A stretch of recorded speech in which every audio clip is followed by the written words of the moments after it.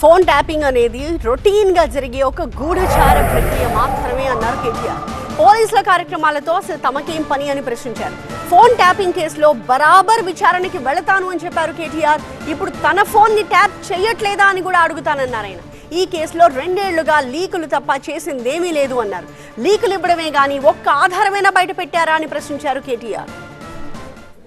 ఎందుకంటే ఇద్దరు దొంగలే కాబట్టి, ఇద్దరు దొందే కాబట్టి, ఇళ్ళ బాట వాళ్ళకు కూడా ఉంది కాబట్టి నేను అడుగుతున్నా. ఊరికే అనట్లేదు. నేను అమృత్ స్కామ్ జరిగిందని ఆధారాలతో సహా ఇచ్చొచ్చిన. సృజన్ రెడ్డి అనే వ్యక్తి రేవంత్ రెడ్డి గారి బామ్మర్దికి అర్హత లేకపోయినా మీరు కేంద్ర ప్రభుత్వ పథకంలో ఎట్లిచ్చారని అడిగిన. ఇంతవరకు విచారణ లేదు. ఆర్ఆర్ ట్యాక్స్ అంటాడు ప్రధానమంత్రి, విచారణ ఉండదు. తెలంగాణ ఏటీఎంగా మారిపోయిందని హోంమంత్రి అంటాడు, విచారణ ఉండదు. ఇప్పుడు 49% వాటా ఉంది సింగరేణిలో, దొంగ దొరికిందని చెప్పి చూపెడుతుంటే విజిట్ సైట్ సర్టిఫికేట్ అనే పనికిమాలిన నిబంధన, కోల్ ఇండియాలో లేని నిబంధన ఇక్కడ పెట్టినారు, దోచుకుంటున్నారు అని చెబితే మీరు రాష్ట్ర ప్రభుత్వం చెబితే సిబిఐ విచారణ రాష్ట్ర ప్రభుత్వం కోరితేనట. ఎవడన్నా దొంగ కోరుతాడా నా మీద విచారణ చేయమని? గట్లున్నది ఇలా కేంద్ర ప్రభుత్వ వ్యవహారం. నేను ఇంకోటి సూటిగా అడుగుతున్నాను. పొంగులేటి శ్రీనివాసరెడ్డి అనే మంత్రి ఉన్నాడు. ఆయన ఇంటి మీద ఈడీ రైడ్ అయింది సెప్టెంబర్ 28, 2024. యానివర్సరీ కూడా అయిపోయింది, ఇంకో 3 నెలలు దాటిపోయింది. ఎందుకు కేసు పెట్టాలి ఇప్పటివరకు కేంద్ర ప్రభుత్వం? ఎందుకు ఈడీ కేసు పెట్టదు?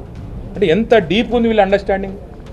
ఇవన్నీ బట్టి దానికి అర్థమయ్యేది ఏంటంటే వీళ్ళిద్దరి target BJP, Congress target BRS.